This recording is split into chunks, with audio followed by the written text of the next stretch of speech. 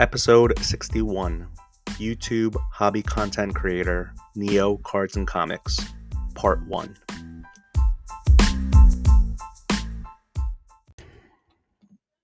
Hey, it's Denny. So I recorded this podcast episode with Neo from Neo Cards and Comics on Instagram and perhaps better well known on YouTube. And so that's probably what I'll title this episode, this one and the next one.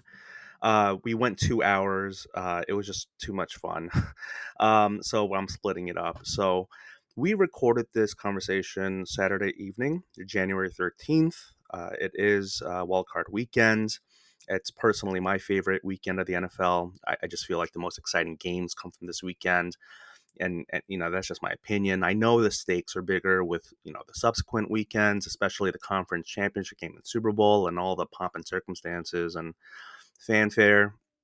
Um, but wildcard, it's in the name and it's fun. And so as I record this intro, um, the Cowboys, oh man. But here's the thing: if you're a Cowboys fan, you're probably not listening to this as you have very likely smashed your smartphone to bits and pieces. So, um, but yeah, I wanted to get this out earlier. Just I wanted to speed it up, but I did have to salt my front steps and sidewalk, so that delayed the release of this podcast episode. I really did want to try to get this out for people's like maybe Monday morning commute. And the thing is, I when I do chores around the house, I do like listening to podcasts. Certainly I'm not editing and I'm not recording. Yeah, but when I'm doing chores, I consume content. But when it comes to salting my front steps and sidewalk, I just can't listen to podcasts. I can't have my headphones on. So I wasn't listening back to our conversation to see, what the podcast description would look like, or when I would end it, like kind of like split it, the good time to splice it into part one and part two. I do listen to podcasts when like for instance, other semi-dangerous activities like mowing my lawn. I mean, not that it's like dangerous, but people can lose uh appendages or feet or something. I don't know. I don't know how people mow their lawns, but it happens. But it's like when I'm when I'm doing anything snow or ice related, I feel like I need total silence in case I fall, I guess. I don't know. But it's kind of like when you're driving, and maybe not all of you do this, but I know I do it. Uh, when you're trying to park in a parking lot, it's like I turn down my music or I turn it off, music or podcasts. And I don't know why we do that, but some of us do it. So yeah, but when it comes to falling, it's definitely happened in the past. Not with my music on. That's why I don't want to increase the degree of difficulty. But I've definitely hurt my back shoveling snow. I've also hurt my back falling on icy steps and sidewalks. So word of caution. And this really is for like the parents. I mean, or the adults, because I mean, yes, kids could fall, but when you're a kid and you fall, it doesn't even phase you. You're just like, okay, well, yeah, that happened, and then you just dust yourself off. In your 40s, you fall and you're just like, you're out. You're out. So speaking of backs hurting, this recording, this almost 2 hours, was literally a backbreaking episode, series of episodes for me, because again, going almost full 2 hours, I was sitting in my chair, and I, I probably should have asked Neo if we could take a break, or maybe end the spot early, but it was just so much fun and the flow was too good. And so I hope you enjoy it. Definitely my back was hurting so much at the end. And so, or even in the middle, like maybe even in an hour in, I probably should have taken a break. But my pain is your gain, and I really do hope you get a lot of enjoyment out of this. I'll try to keep this intro short, but again, it's been a while since I've done a guest episode. It's been over a month, so I think that's also another reason why I couldn't keep the reins on and keep it tight, nice and tight. So for those of you who like long form, which is podcasts, and this is why I love podcasts, you can just go totally long form.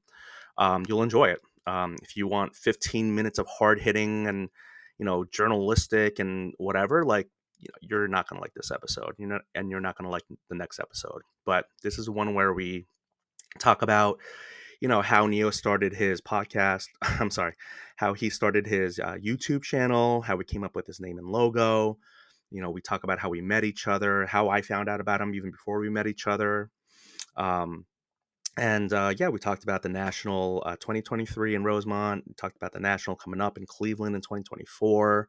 Uh, card shows in general. I'm just basically reading my podcast description at this point, I guess. But yeah, we talked about Fanatics events and just he posed the question whether I'm pro or anti Fanatics. Not so like that, but just are you supportive or against Fanatics? And we talked about that near the end, and then I spliced it so that it could be about an hour for part one, and then the second hour. So if you like part one, you'll like part two. If you don't like part one, you'll probably skip part two. So hope you listen. Please at least just download it. So thank you so much. Without further ado, here's part one with Neo Cards and Comics.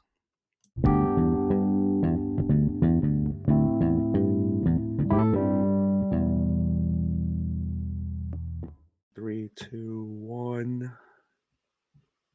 See, I always got to wait for the number to pop up. It doesn't pop up. It's there. Recording. It's now it's there. Now it's at 7 seconds for you. See, to me, it says 2 seconds. I mean, it's always a lag for the host. I don't know why that's the case, but weird. All right. So I did press record. There's no turning back. This is episode 61. This is my intro. I'm always so bad at the intros and the outros. Welcome to the Card Diary by Hobbyist Thompson. Today we have a special guest. This is a guest interview. I know in the past recently I've done some monologue episodes. Today we have an awesome YouTube hobby content creator. And before I let him introduce himself, I got to say currently, and I got to figure out if I'm going to put this up on YouTube, but he is wearing a Cleveland Browns shirt, and he is such a consummate professional because even when he is, I'm going to presume, likely despondent from the Browns losing to the Texans, he's here to record a podcast for the listening audience. So, Neo Cards and Comics, welcome to the pod. Thanks, Denny. Great to be here. Great. We've been talking about doing this for a while, so it's nice to finally actually sit down and hit record. Don't pull the curtain. We don't know each other. We're completely we're strangers. I'm already off script. Yes. Oh yeah, the script, the NFL script, the podcast script. Yeah, you just got to stick to the script. So here's the first thing I want to say is when I first found out about you before we met at National, which we'll get to, I think it was Sports Cards Nonsense, but they mentioned how you broke the news, and other people said it too, and they gave you credit, which is wonderful, that you broke the news about the Atlantic City tourism website having, we got the National, and they gave you credit, and they were kind of talking about how that seemed to be a predetermined outcome, which should not have been the case and was not the case. So they pulled it down and all of that. So at that time, these profile pics are so small. They're like the size of SGC's certification numbers. I didn't realize that your logo, your icon, your profile pic was a outline of the state of Ohio, and that Neo stood for Northeast Ohio. Correct. Yeah. So when I first started the channel, because naming things is nearly impossible, it was originally Northeast Ohio Sports Cards. And that's just like a mouthful. And when I started the channel, I had no delusions of really cracking more than 100 subscribers. Mm-hmm. So I didn't even really put much thought into it. And the viewers kind of shortened it to Neo. And then as time went on and I got more into the non-sports cards and comic books as well, I was like, well, I guess we'll just kind of pull the trigger on this and rebrand. And it just kind of made sense to shorten it to Neo and then switch the cards, sports cards to cards and comics. So it all worked out in the long run. How long ago was the name change, and when did you first start the channel? I started the channel April 2021. So I'll be going 4 years this upcoming year. Yeah. It was a fluke, spur of the moment. Hey, all these other people are making YouTube and I'm stuck at home. Because my day job, I'm out in the field. And when COVID hit, I couldn't go out in the field anymore. So we were work from home. Yeah. And part of that was they had me doing training videos to send out to our customers. So I had to like kind of learn like stuff on the fly. I was like, I don't know. I see like Pac-Man opening boxes. This isn't hard. I can open some of those boxes I on can do camera. that. Yeah. How difficult is this? Yeah. And then it's funny, you talked about messing up the intro. And I remember the first time I recorded, I think it took me like 4 days because it would just be me setting up the camera and like laying out the blaster boxes in front of me. Yeah. And then just staring at my desk and just not having any idea what to say. And I'm like, this is the most awkward thing I've ever done in my life. And that you just got to start, you got to press record, you just got to go and then just get better and better. Right. So I remember, I mean, it's, we all have our beginnings. So no, thank you for sharing that. So when did you rebrand to Neo? I don't remember exactly when I did that. Probably about a year in, maybe. Okay. I'd have to look. I don't remember the exact date that I did that. So when you got that logo, did you get it from someone who was like, hey, do you want a sick logo and custom mat? No, so actually, I just went on Fiverr like everybody else. It was like, hey, I need a logo. Nice. And the person sent me back. We went back and forth with a couple different options, and then they made it. And then I, submitted it to get the custom mat and like all that back end stuff. But yeah, it was simple as that. I had an idea in my head what I wanted, and I had an idea of like the color scheme because I kind of wanted to play on like Brown's colors. Yeah. In the state of Ohio outline. I didn't want it to be too much. I was worried it was going to skew too close to Card Collector 2 because he also has an outline of Ohio. So I wanted to make sure that it was like different enough that he didn't think I was just straight ripping it off. Yeah. Did you so you have stickers? I do. I just like carry them in a case and randomly hand them out. All right. I still do not have stickers. I still do not have a custom mat. I think that's going to change this year because I don't know. I just feel like everyone's doing it and like a lemming jumping off a bridge. Why don't I do it? But I'll have to ask you who you used because we don't get enough solicitations from random people on Instagram about that. So but yeah, so you are a Browns fan. Are you also like an Indians and Cavaliers fan too then? Yeah. I'm diehard all the Cleveland teams I have been my entire life. So you were born and raised in Cleveland? Northeast, in the Northeast Ohio area. Yeah, I've always lived about an hour away from the Cleveland area, whether that's like on the more eastern border near like Youngstown, Ohio. Well, I grew up right on the Ohio-Pennsylvania border, so like when I went to school, half the school was Browns fans, half the school was Steelers fans. Ooh, okay. Must have been fun cafeteria time over there. Yeah, I should have asked this before. Are you a Ravens fan? Because you're from that area, right? I am from the DMV, which is the DC, Maryland, Virginia area, Northern Virginia, Southern Maryland. I'm not a Ravens fan. I admire because the Commanders are so bad, and I was such an anti-Daniel Snyder, and I'm warming up to the Commanders for sure. Like more diversity in the front office, and like Sam Howell is Korean American, and they do have a really strong tradition, and the DC area is so strong Commanders. That said, I just think the Ravens are cool. And I have friends who live in the Baltimore area. So I've been to both the horrid Landover, Maryland experience that is Commanders football. It truly is terrible to get in and out of that stadium. Ravens are like right off I-95, right next to Camden Yards. And it's a much better stadium. And I mean, yeah, I'm not trying to bandwagon here, but I do, I really do like the, I don't know, they got the wire, they have Omar doing the whistle with the Raven coming in, and it's like, I don't know, I think it's pretty cool. So I did go to the Ravens Browns games where Ryan from Gem Raid and I are talking about, but Dustin Hopkins, something Hopkins, he hit the field goal to beat the Ravens. Went to that game. Gem Raid, obviously, because the three of us were all sitting together at Nashville. I consider Gem Raid a pretty good friend. He's also a Cleveland guy. He is. So let's get to that. So I first found out about you through you breaking the news about Atlantic City, which we can get to about since, especially because the National this year is going to be in Cleveland. But you and I first met in person when it was the Beckett party, right? And you were sitting at the bar. Someone pointed over to you and Ryan and either made a joke or was serious. I don't know, but they were like, "Hey, that's card porn." So I I don't know how many drinks I had, but I had some drinks, some adult beverages, and I went over, said, "All right, are you card porn?" And I think Ryan was like, "Why, yes, I am." And then immediately we started joking about that. And but at that time, I did not know about your channel. Since I've definitely watched it, and I really do like your channel, and you've done a really good job of fostering a really good community over there. But then, yeah, the three of us started talking. Drinks are free. The food was free. So I want to get your impressions about the party and your first impressions, I guess, of me. But how much shrimp did you eat? Not that much. I like shrimp, but I'm always leery of the public shrimp. And like, how long has that actually been on ice for? What are we doing? Dude, don't you remember that sweet ice sculpture? I Benton do. just That was like, really cool. oh man, it was pretty good. I mean, yes, public shrimp, I love that. That public shrimp I should be more wary of. I don't have the strongest GI tract, so I'll have to keep that in mind. We sound like the most pompous influencers ever. So yeah, we were at the Free. Becca Party National, eating shrimp cocktails with our free drinks, while the rest of you were all at a trade night somewhere, sitting on the floor. Well, I mean, that's the thing.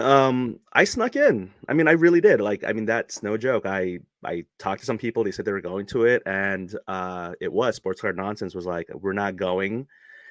Say this name, get in. You can just drop this name. I forgot what name it was, but it wasn't Mike or Jesse. And then, of course, later on they show up, and I'm like, what are you guys doing here? But I was glad to go there because otherwise I would not have met you and Ryan and a bunch of other people. And just I don't remember like the second half of that night, but it was a good night up to that point. I mean, that honestly, like, I get a lot of questions of like, should I go to the National? Should I not go to the National? Is it worth the expense? And honestly, and I hate to use the term networking, but just like the social interactions alone, whether you make content or not, just if you're just an average person, I don't know how you put a price on that. Like, I really don't, because that's the best stuff. Like, whether you're at a backup party or you're sitting on the floor outside of a trade night waiting to get in or something like that. Like, I don't know. That's the real value to me of going to somewhere like the National. Is more the social stuff than the cards. Even the mere peons and the plebes, they get to have a little bit of a rubbing of shoulders with folks such as Neo and myself. Oh my goodness. Yeah, I sound so bad. But no, I mean, yeah, my content definitely took a big jump post National or during National. It was really interesting to see the way people treated me before and after. It was kind of strange. It was wild. So but no, with regards to you and your just attendance at the National, how many have you been to? That was my third. So I've been since post COVID, I've been to all of them. Both Chicago's and the Atlantic City, and then obviously I'll be there this year in Cleveland since it's my backyard. Yeah. So how far are we all staying at your house? Like, what's going on here? Dustin and Flipping Steve are trying to work their way in. Sports Card Dad and Flipping Steve are trying to work their way in, among many others. I live about an hour from the actual location, so I have a little bit of commute. I'll just drive in every day. It's not worth dealing with the hotel nonsense for the Cleveland National. If it was more centrally set up like the Chicago National is, I would have stayed up there, even though it's only an hour. But since you kind of have to go to a hotel and drive in on site every day anyways, it's not worth messing around. I'll just stay. Gotcha. Also, it'll be easier to record. I won't have to bring a bunch of equipment with me. Oh yeah, nice. So what is it? The IX? Is that the 9? Like, is it like Toronto where it's like the 6? What's this Cleveland like the it's IX? Called the IX Center. I don't know the origin story of the naming of the IX Center. It's been the IX Center for as long as I've been alive. So it's not called the 9. Like, no, it's IX okay, Center. Sure. Yeah. Maybe I'll tell people that it is what it's called, and now people will just be like, it's like Toronto. It's like the 6. Cleveland. It's the 9 Center. I've only seen it written out. I have no clue. But so it is the IX Center, and it's do you remember? I mean, there's so many things we could talk about, but like, how is the card show scene? Like, how's the hobby in Cleveland or Northeast Ohio? Oh, it's absolutely insane. We have, I don't remember what the number was. I posted it on Twitter like a month ago. Someone like laid out like the local show scene for like the first couple months of the year, or maybe it was the entire year, and it was like there was 175 local shows or something crazy like that. Like, I could go to a local show if I was willing to drive an hour or less probably every Saturday or Sunday of the month if I wanted to, or Wow. close to it. Like Dang. I have 1, 2, 3, 4, at least 3 to 4 shows a month within an hour of me, and 2 of those are Nice. within 10 minutes of me. Nice. Do you ever set up at these shows as a dealer, or are you always a buying public member? No, I've never been a dealer. I go more just to peruse and like vibe check and just kind of talk to people and build relationships and stuff like that. Okay, that's good. Yeah, no, I've definitely, yeah, dealing is not my forte for sure, but buying, I'm really good at buying. I'm always good at buying We're all over good the at spending top. money. Yeah, it's so easy. It's you just have this amount, and no, I try to stick to my budget. I mean, I I don't know why. I mean, I've been to enough shows where I know my local show area scene doesn't really have a lot of like the cards that I like, you know, like the 90s and pre-Panini basketball, but I just keep going thinking there's gonna be something new. And I'm like, I think I just have to really lower my expectations because they're never like really met when it comes to the 90s stuff. I think Chantilly show had some for sure, which is like a big regional show that's like 45 minutes away from my house. But yeah, I definitely picked up some good 90s stuff at the National in Rosemont last year, but I can't keep expecting my local card show scene to have those type of cards. I treat my local shows, one is just kind of more like a social experience more than anything else. But I've, like once every couple visits, something will shock me and I'll just be like, oh, I would have never expected to get this card here. Oh, Like okay. last month, it was I picked up that Vince Carter Duncan Go Nuts in a PSA 10. I Like saw I would that. have, I would have never expected to see that at a local show. The Yeah. dealer that I got it from, kind of like that's kind of his niche, so it wasn't super surprising to Mm, see it at his table. But like, what's the odds of seeing like a card like that at a local show? Or like no, the time before I got, because I do a lot of pop culture stuff, I got yeah. a Jamie Lannister and I'm gonna blank on the character name, dual auto PSA 10, and it's just like I would Hmm. never think that I would run into this at my local show. It's just, every once in a while, a local show will surprise you with like a diamond in the rough. And it Okay. might not be a diamond in the rough for everybody, but it is for you. And you're just like, would have never thought I'd find this here. Definitely. No, I'm still waiting for that moment. I'm still it's just too much ultra modern football and vintage baseball. I feel like there's and there's some ultra modern basketball, but yeah, I'm still looking. I'll still hold out hope and just hope for that Neo experience. That's when you say something. Oh, you wanted me to say something? I don't know. I thought you had a follow-up question there. Oh, I had okay. So yes, so follow-up questions. Um, let's talk a little bit more about the national, if it's okay with you, because again, I have things that we could talk about, like seeing the recent content about like the Victor, the Wemby Black Curtains Prism card, and talk a little bit about comics and CGC.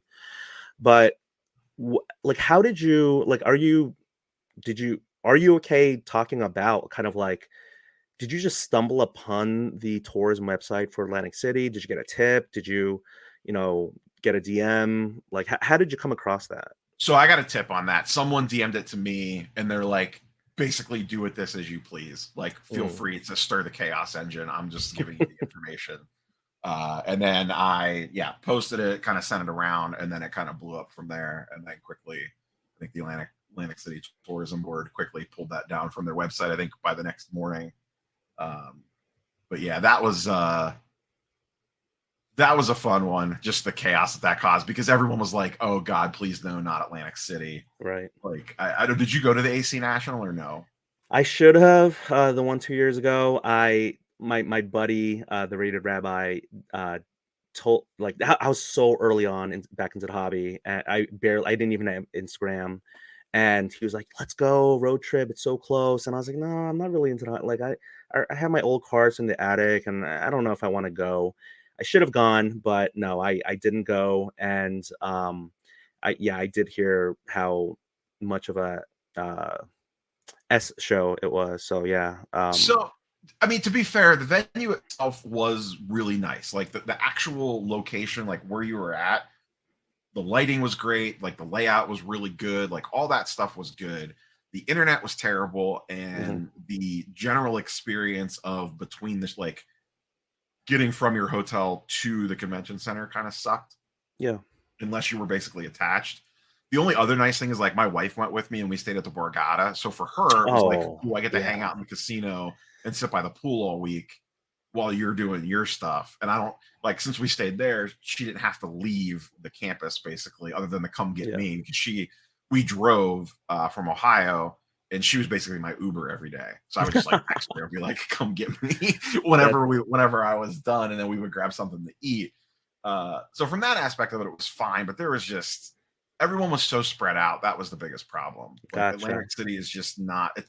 Chicago really is like the perfect setup, because there's so many nice hotels that are all connected. Everyone's like right there. There's plenty of restaurants, bars, whatever you want is right there. And if someone's like, hey, everyone's meeting up here, you could safely walk there within probably 15 minutes. Like, it's just a good setup for it. It really is. I'm sure there's other places that would be as good, or if not better, but I was talking to a show promoter recently. I mean, doesn't matter. I think I could say his name. Well, maybe I won't, just in case. But they were saying how, again, this is all just word of mouth, and I didn't like fact check any of this because I'm not a journalist. But apparently there are like 16 locations that could really in the United States, that the contiguous 48 states in the United States, that could take on 400,000 square feet, and kind of like the criteria that the National has. And I was like, that person was like, I don't think that's a lot. And to me, I'm like, man, that sounds like a decent amount. I imagine a good amount are like probably in like the Vegas or Anaheim area, all that. But yeah, I mean, I imagine if the National does continue to grow, that they can't have it in like, like even like I thought, being a DMV DC person, oh, the Washington Convention Center, but apparently even that's too small, and it's huge. I mean, they have like auto shows in there and all that, but it does seem as if the criteria does narrow down to, like, again, the polling, the ballot had what, Atlantic City, and Chicago. That was it. Right. And that's the other thing, that the National. I mean, I get people like the West Coast crowd wants it out there. I don't know that it'll ever happen. I don't see the National ever going west of Chicago. I just don't. The dealers vote on it, and the dealers are all from the Northeast. Right.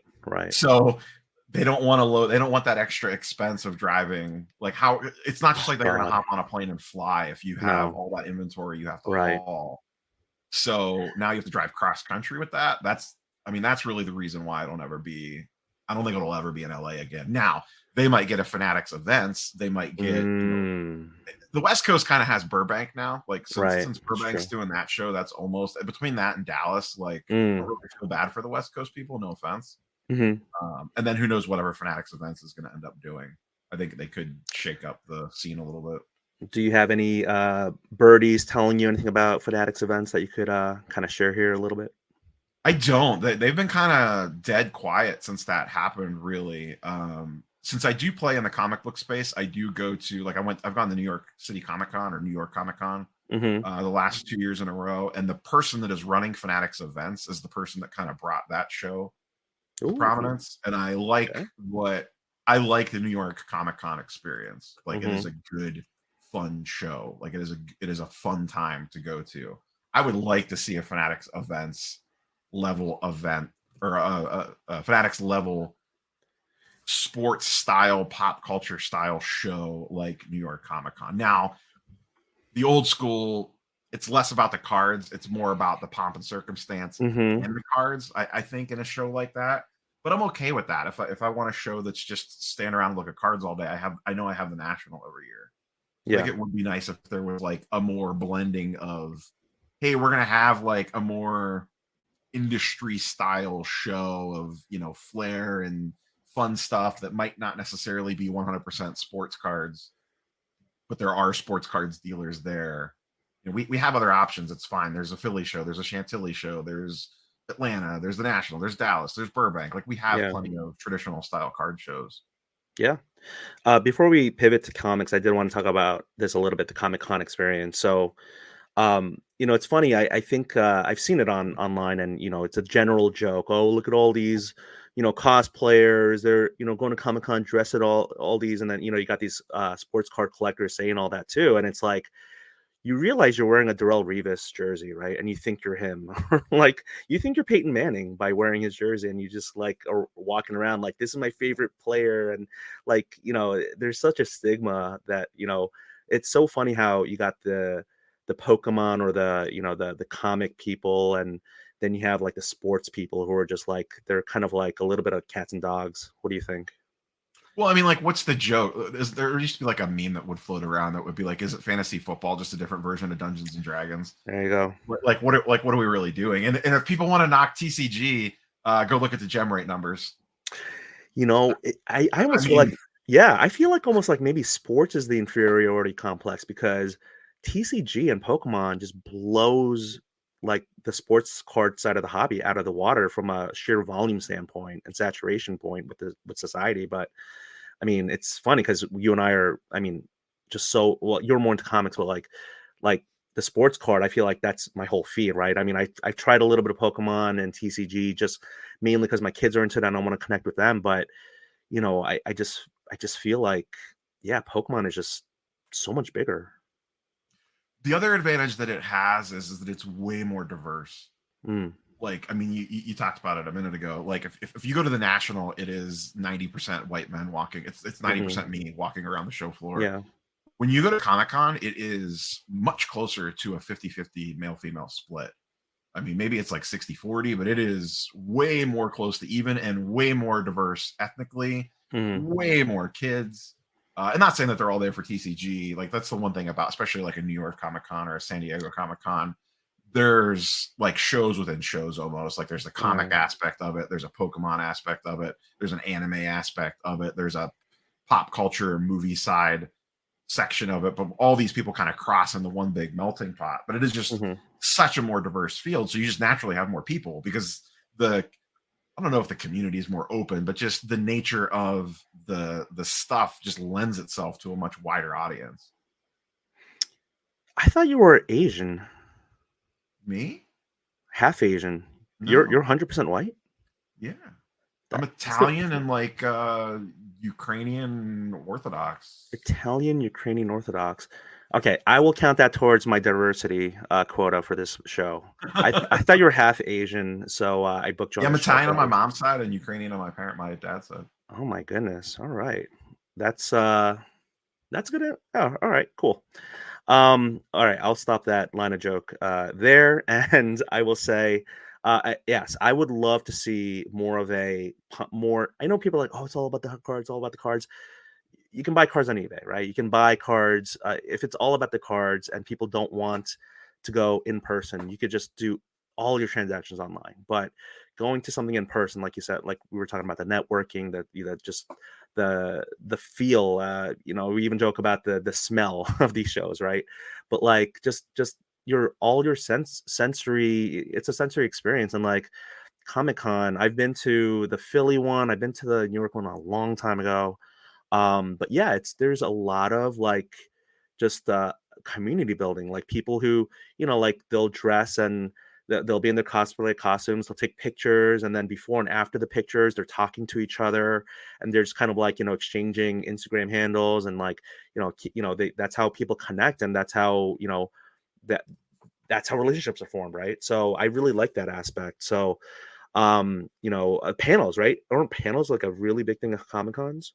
Yeah, and I feel like that's um one of the things that I've done like videos on, what the National could do better, like how, like, Mhm, what does a modern sports card show look like? And I do think mhm. panels are lacking. Like, the National has a stage, but it is not the focus of anything. It's just kind of thrown in the middle of like the Breaker Pavilion or whatever. Yes, no But one's like, what listening. Yeah, I don't understand why at the like, just use the National because this is the biggest that we have. We don't know what sure. Fanatics events is going to look like. Like, Right. how is there not a Fanatics keynote at the Mm. National? You know what I Ooh, mean? Like how is, like, maybe if it's not even Ruben, how is like Mike Mahan not coming out mayhem. there and being Yeah. like, "Hey guys, like, here's what we're looking at for the second half of 2020, whatever. Mhm. We got these product lines coming out. Like, we got some excited stuff to preview for you." Like, they really, like, we just got Series One preview. this week for 2024. Obviously, the timing of the National wouldn't work for that, but there would be products that they could save that they could preview for that for the back half of the year. Like I'd speculated before the Nationals that we would get the LeBron announcement at the National instead of now. Right. Like that would have been something that you address at like a keynote, or like why isn't PSA out there? Like why isn't there a PSA keynote or a panel at the National where they're out there saying like, hey, here's what we got, like here's what we're looking to do improvement wise, here's what we're doing for pricing. Maybe they announce a pricing special, whatever, a little Q&A thing, even if it's like, you know, tailored or their pre-canned questions so they know what's coming, whatever. But like, I don't know, I just feel like that's an area that's missing.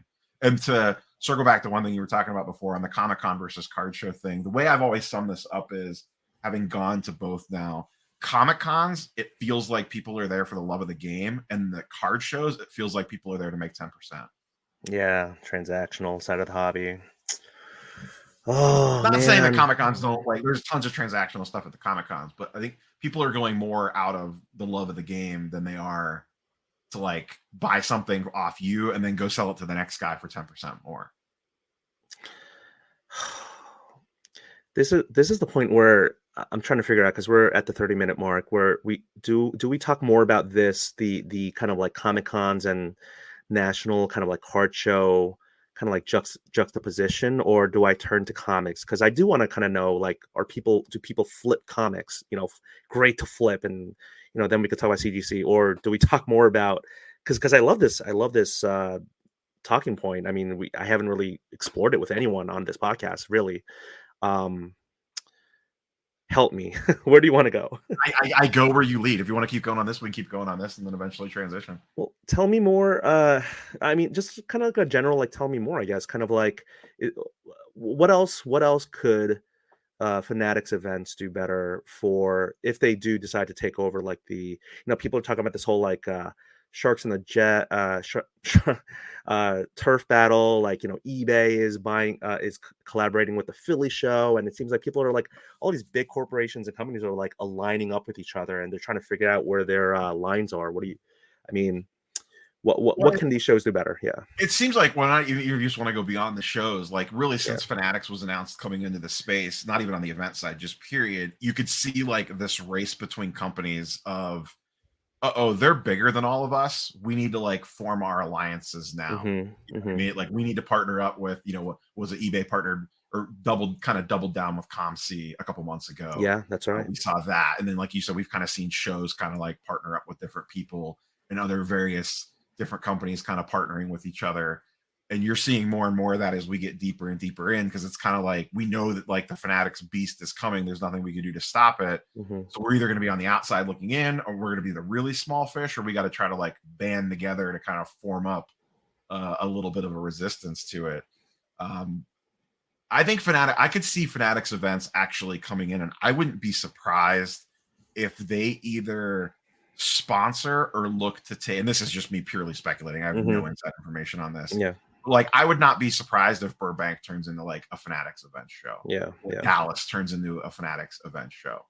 Like I could see them going to an existing, like if they went to the Dallas show promoter and said, hey, we're basically going to buy you out, and then move the show to a much larger venue, and use like that as the bare bones and the dealer list and all that as the foundation, and then add on their pomp and circumstance off to the side. Like I think that's how they could immediately kickstart it, is head that direction. So I guess that's the big question, is what would these shows, these currently established shows, provide in terms of, you know, IP or value, you know, like intellectual property? Like what could they provide that Fanatics want to buy out from them? Because otherwise they could just say, hey, we're just going to do our own thing, we don't need your dealer list. Is it mainly like the dealer list? I mean, anyone can go to an event, go, hey, we want to rent out this, you know, big ballroom or, you know, convention center. I think it's, and I don't know the inner workings of the card show, like that deep dive inner workings of the card show scene. I'm sure it's more to it than this, but a lot of it probably could potentially just be competition, and then just starting with a leg up already. Like why put all that work in if you don't have to? Like I don't know what it would cost Fanatics to like go to, we don't have to call the Dallas show out specifically, but just like a show of that level, and be like, hey, we would like to basically acquire you guys. Because it's not like whoever runs a big show, it's not like you have overhead per se. You know what I mean? Mm-hmm. Like you're just kind of like selling a list, and maybe you end up running it for them. Like maybe you know, like when a company acquires another company and keeps the former person on to like run the company, so maybe they end up getting hired by them. I don't know, but it just feels like it would be a simpler approach to it versus trying to start from the ground up, and also competition. Like, you know, you take a show like Dallas or Burbank, and if Fanatics Events wants to run a show in Dallas or the LA area, you probably don't want to go up against Burbank or Dallas because the dealers are going to be, you know, loyal to those shows, or potentially they're going to go with what they know works. Like we know the Dallas show works. We know the Burbank show works versus whatever this Fanatics event things looks like. Right. You know, it kind of reminds me of like this whole, you know, how hasn't or why hasn't Fanatics bought up Panini, and you know, it's always going to come down to the money. It doesn't make sense, and everything has a price and all that stuff. And, you know, million dollar man here, but I thought about like the Panini IP, and it's like I know Prizm is so strong, although you know there's some people like, oh, Prizm's terrible and all that, but it does make me wonder. Like, I know they currently have the licenses, and that's the most important thing, likely that they have attached to them. But you know, when it comes to carrying over like these Panini product lines and the cards, it makes me wonder if it's even worth it. I think they want it more to get control over it now. I think it's less about we want the Prizm brand and more about we want the ability to make Topps Chrome football licensed and Topps Chrome basketball licensed immediately. I can't wait. Because I think there's two angles to it. One is it just allows them to produce more product and start earning money, like start paying for that license. And two, I think there's some general fear about, you know, Panini's on their way out the door no matter what happens, whether it's tomorrow because they get bought or settled, or in 2 years when the official agreements run out, you know, unless the courts. I'm no attorney. I just read what Paul Lesko posts on Twitter. Yes, shout out. But it seems to be that it would be a long shot that Panini would win this in the long run. Like eventually, this is all going to happen. I think we kind of all know where that's heading. And Panini has no interest to do anything to kind of not just unload as much as possible. Like they have no incentive to grow or to protect or anything like that. Not saying that Fanatics does either. Or, not saying that Fanatics is like the savior or anything crazy like that at all. Like they do a lot of dumb stuff. Don't get me wrong. But like if Panini wants to just print Prizm to the moon and just completely water it down, or just put out, you know, a trash tier product and just be super lazy about it, we don't really have a choice, you know, for like if you want licensed basketball or football. So I think part of it is Fanatics is like, we want to get control of this before Panini messes anything up even more. Gotcha. I promise you're going to get the comics because you are Neo cards and comics. But to get to the cards part, I think this is a great transition into what has been maligned by you and many others. The Wemby Prizm card with the black curtains in the background, looking like it's like a high school gymnasium. Like my 8th grade dance. 8th grade dance, yes. 8th grade dance.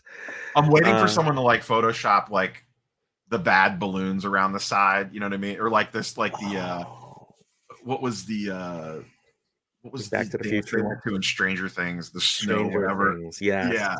Like just something like that, where it's just like a bad Photoshop from like an 80s prom. Well, I've been getting better with Photoshopping. There you go. Yeah. No, the best photoshopped Panini Prizm Wemby card that I've seen. I'll give a shout out to I guess P-Benz or Hobby Slobby Memes, but they put a Wemby photo where his head is cut off because he's so tall. I really like that. I love it. I love things like that. So I just don't know how you look at that image and go, yeah, the floor with, and I don't know if there are wires on the ground or not, but it looks like wires in the photo. It could just be like the 3-point line or something. Yeah, I don't know.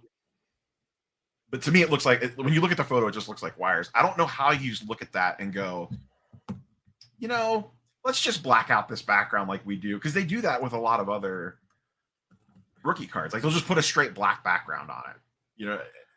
So I don't know who sat there and was like, Got it. We nailed this one, guys.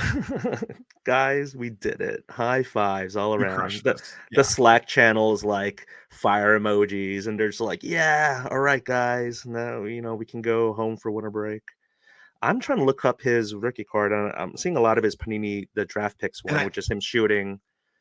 yeah, and I think it's the same image from his NBA hoops, which is not new. Like plenty of companies that you do the reused image thing. I feel like Panini does it more than Topps Oh, does, but man. I'm almost positive it's the same image from his NBA hoops rookie. It's Yeah, I'm just trying more to. the NBA hoops one is a closer crop. You're right. From It what I is closer remember. crop. It's almost like dark Like waist up, shadow in the isn't it? background. Yep. Trying Yeah, to paint it's the. honestly a better looking photo. I mean, or the better use of the photo. It is. I do. You can't really see black. You can maybe see black curtains in the. It's really faint, but yeah, I think there's they a just little faded bit. it out. I think they They just shadowed faded it it out. out.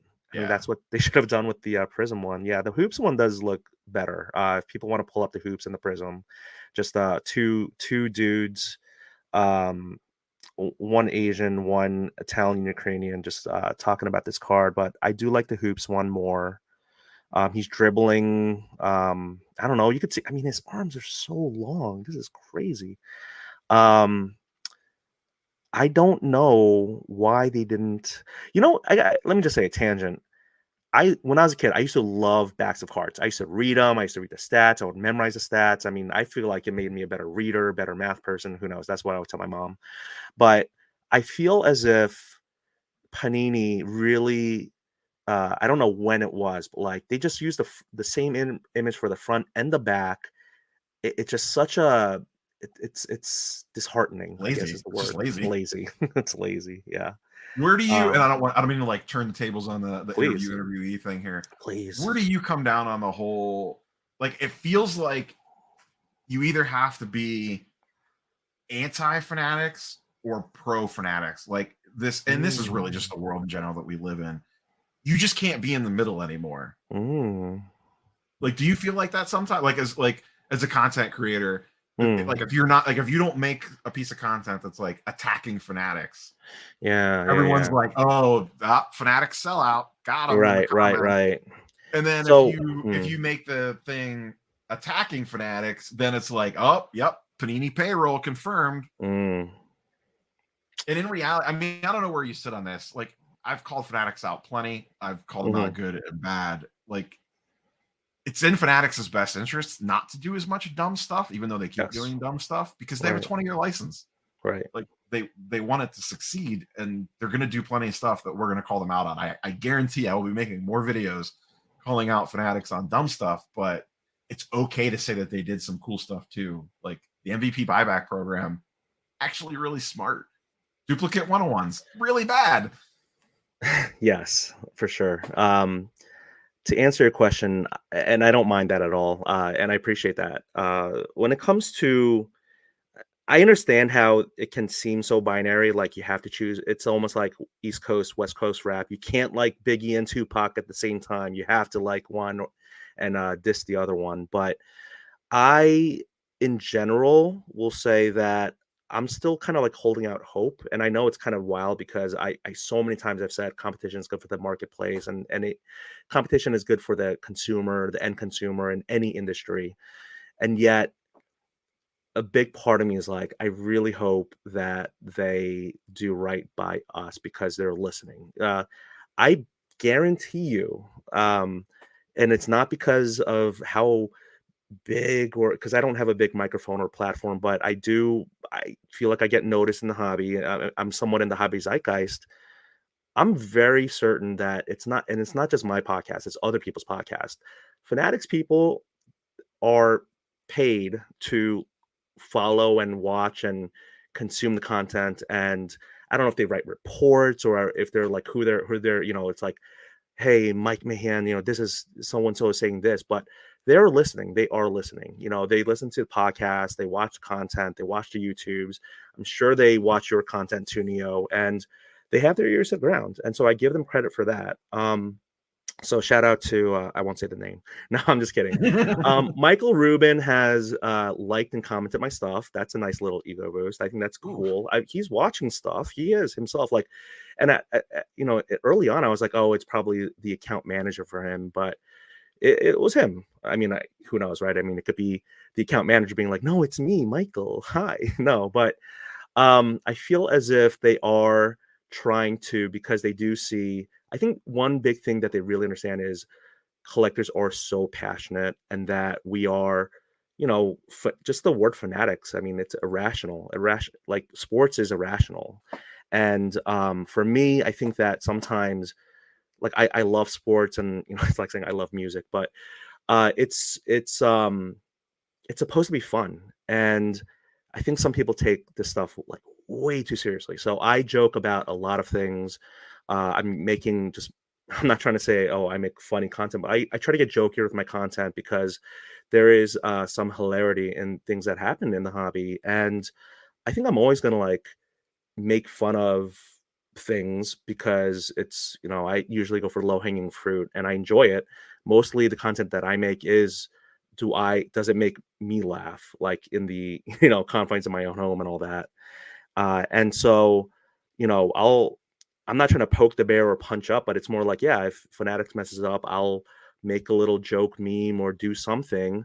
And then when they do things right, I'll give them their flowers. I think there's so many people who are like, you have to always be positive or always be negative. It's like the hobby positivity, hobby negativity. And it's like, I don't really ascribe to either. I'm just kind of like, I'm more of a realist. Like, I I appreciate when people do things that I appreciate, I tell them that. I don't hide my appreciation, because life is short.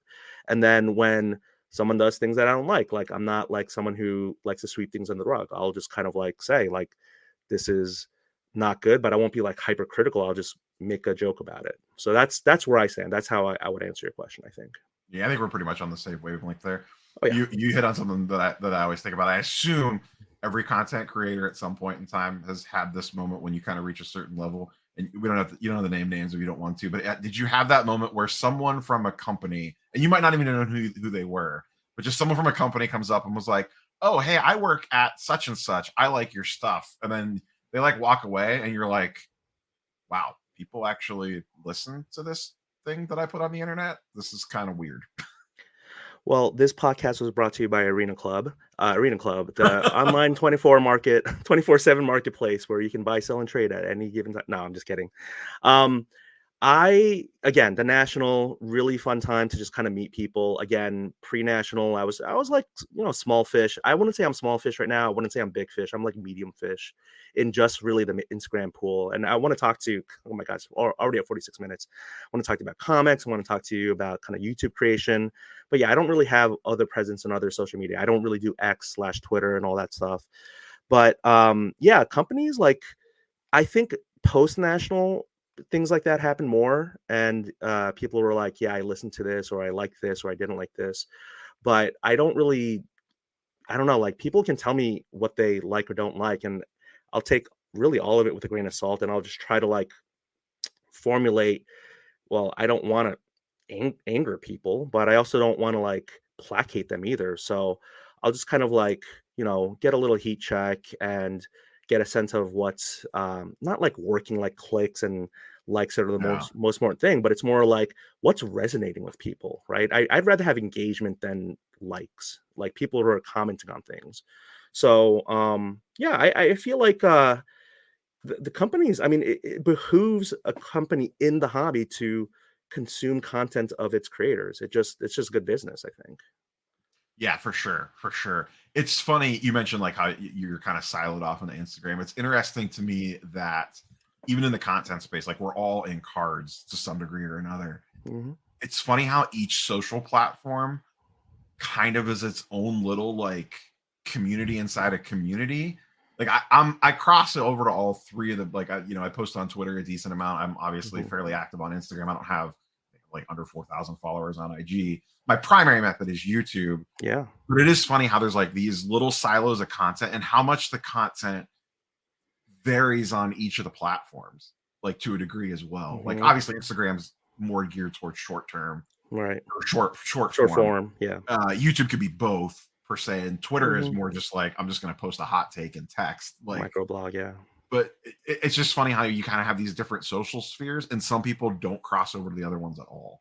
Like I Yeah. remember we were talking in DMs, and I'm like, why aren't you posting your stuff on YouTube too? It's just like, just upload it over there. Why wouldn't you? You were being so nice. You were like trying to tell me about the screenshots or the thumbnails, and I'm like, I don't want to look like I'm. And you don't do this. It's other people do this who like look shocked and they're pointing at something, and I'm like, I don't want Yeah. to do that. Like, I feel like if I do that, it's not me.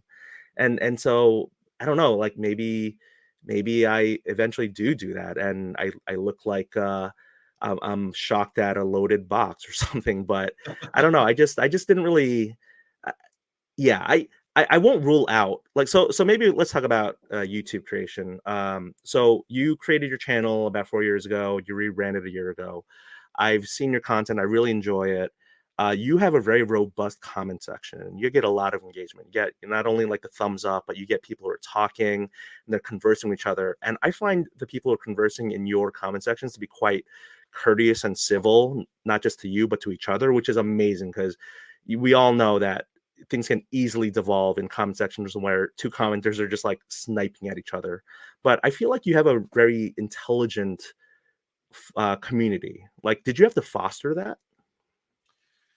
I mean, I would love to say yes, but you don't really have that sort of control on YouTube per se. Like you just put the content out and what comes because it's not like Instagram where I mean I can't comment back and forth, but it's a little bit like I don't have a way to like direct message a viewer on YouTube and like have a meaningful conversation like That's you true. do on IG. You Right. can go back and forth in the comments.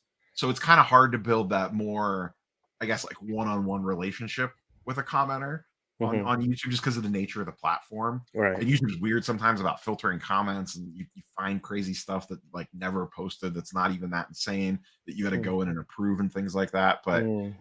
yeah, I would love to say like there's some secret sauce to it, but if there is, I haven't figured it out yet. It just kind of happened.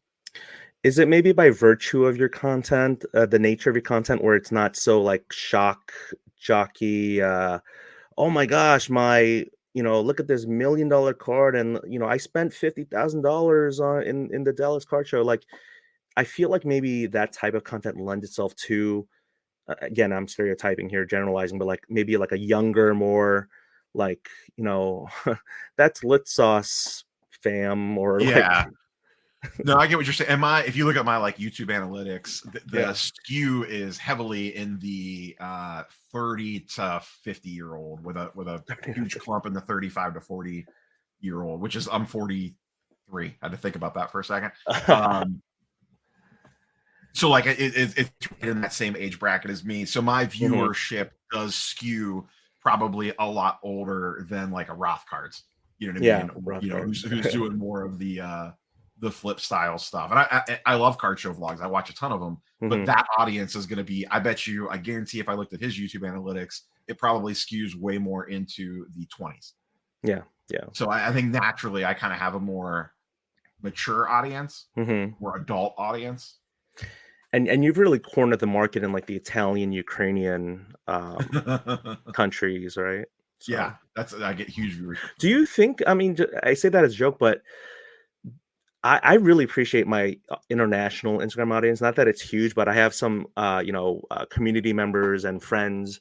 I would call hobby friends and followers, but like in Germany, of course, South Korea, Germany, Australia, France, and they have some amazing cards. And of course, we got Kimmy out there floating in some Pacific island, and I find it fascinating. I love that aspect. And I know we're so US centric all the time, but like even going back to national, like meeting people who traveled all the way from Australia for their week vacation to be like, oh yeah, I'm here in national and I love it and it's awesome.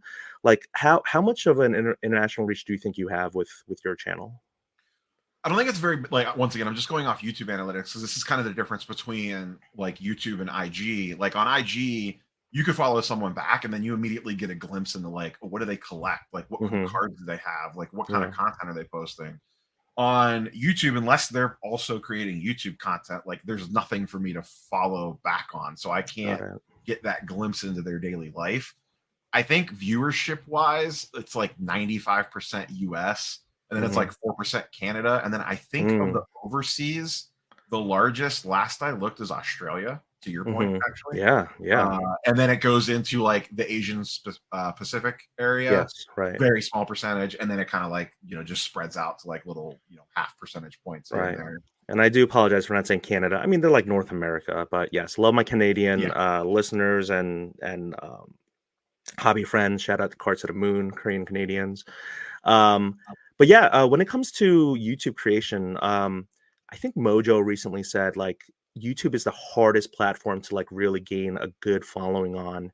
I don't, I would love to maybe kind of talk that out with you a little bit more, but and also maybe ask the, straight from the horse's mouth. But how have you like, I mean, what is your like, do you have like a content calendar? How regularly do you post? Like, I know you said you do show your face on some lives. Like, I think you need at least 100 subscribers to go live. Like, Yeah, how I does think that all so. work? So, I mean, a lot of this, I hate to boil it down to this, but a lot of it is, it feels like right place, right time. I mean, when I started my channel was peak pandemic. So everyone was locked at home with nothing to do. Yeah. So everyone was looking for something to watch. And I think that really helped. Mhm. Obviously, you have to put out quality content, because if you put out, you can post as much as you want. If you're not putting out good content, it's not like people just aren't going to watch. Like, No, that's not true. I post a lot. I'm in the volume game. I'm not in the quality game. I just do So, mass volume.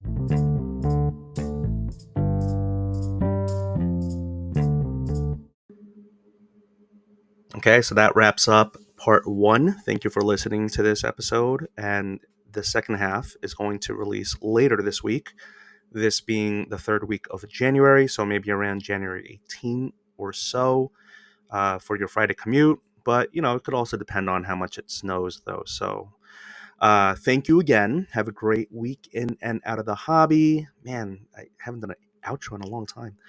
Keep having fun in your cardboard journey.